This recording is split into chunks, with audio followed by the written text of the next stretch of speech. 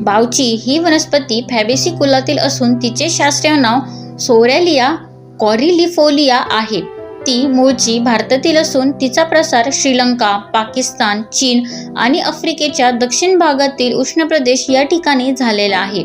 भारतात राजस्थान, पंजाब, उत्तर प्रदेश, मध्य प्रदेश, बिहार, गुजरात व महाराष्ट्र या राज्यांमध्ये तिची लागवड केली जाते.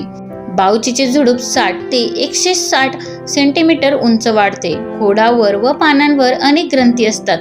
पाने साधी, एकाडेक, लांबट गोल व दातेरी असून त्यांवर काळे ठिपके आणि थोडे केस असतात.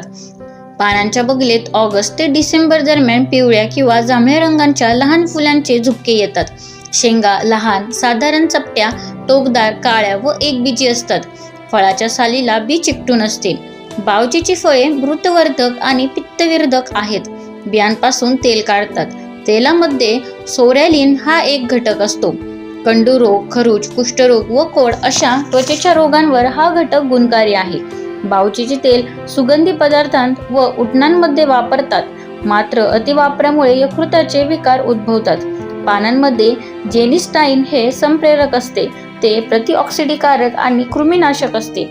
या संप्रेरकाची रचना स्त्रियांमध्ये आढळणाऱ्या इस्ट्रोजेनासारखी असल्याने गर्भापणात बावची वनस्पतीचा वापर जपून करतात.